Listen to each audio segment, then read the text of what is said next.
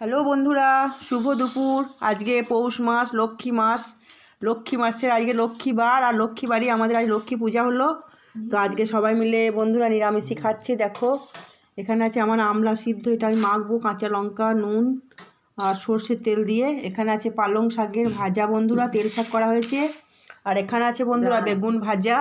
আর এখানে আছে কলাইয়ের ডাল বন্ধুরা, এই যে কলাইয়ের ডাল করা হয়েছে।